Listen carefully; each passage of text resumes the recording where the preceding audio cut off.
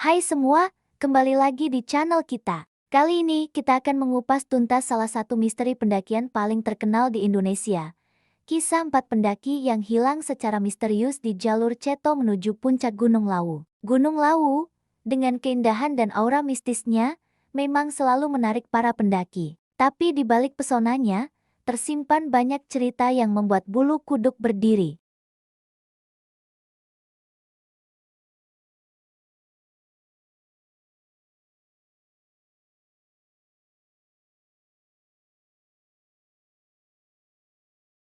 Jalur ini dikenal lebih menantang dan jarang dilalui dibandingkan jalur Cemoro Sewu atau Cemoro Kandang.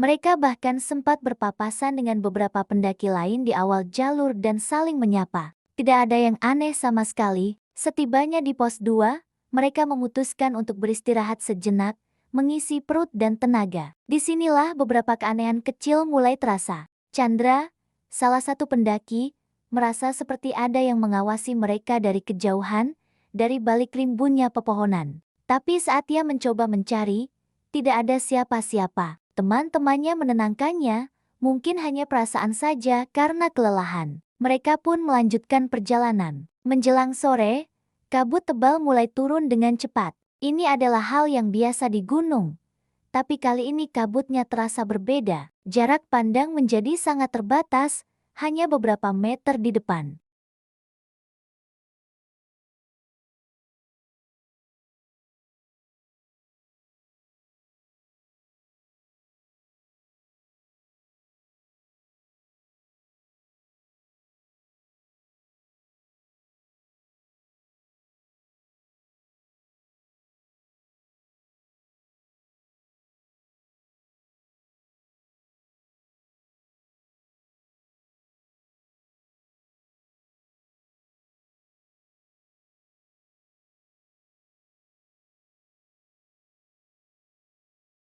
Karena kabut semakin tebal dan hari semakin gelap, mereka akhirnya memutuskan untuk berpisah sementara dengan janji akan bertemu di pos keempat. Eli dan Budi mengambil jalur kanan, sementara Chandra dan Dian mengambil jalur kiri. Mereka berpikir ini adalah solusi terbaik agar bisa lebih cepat sampai pos dan mendirikan tenda sebelum malam benar-benar tiba. Mereka masih bisa saling mendengar teriakan satu sama lain untuk beberapa saat, sebelum suara itu benar-benar hilang. Inilah kontak terakhir mereka. Dua kelompok kecil itu kini berjalan sendiri-sendiri, menembus kabut pekat di gunung yang terkenal angker. Malam tiba, suhu turun drastis. Eli dan Budi, yang mengambil jalur kanan, merasa semakin aneh.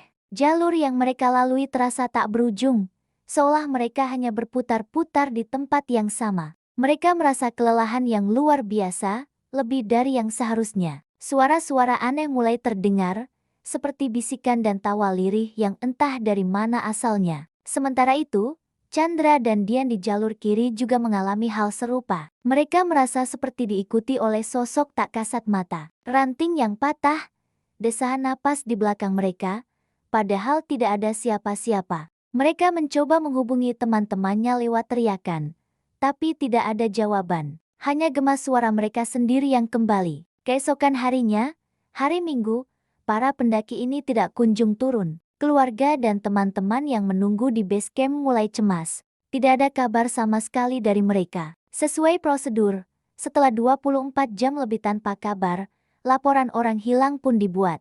Tim SAR gabungan dari berbagai elemen segera dibentuk dan operasi pencarian besar-besaran pun dimulai.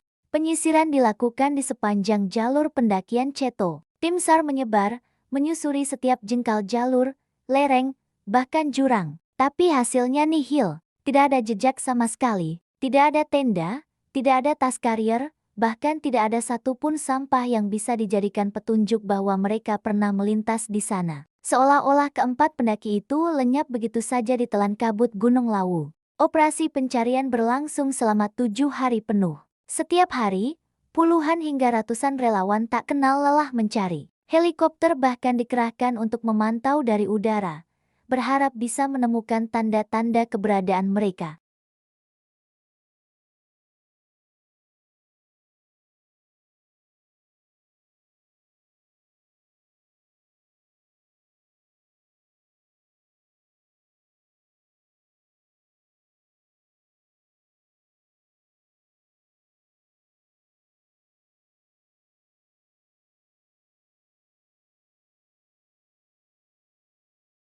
Ada juga yang mengaitkannya dengan hal-hal mistis yang memang sudah melegenda di Gunung Lawu. Banyak yang percaya bahwa mereka dipinjam atau disembunyikan oleh penghuni gaib gunung.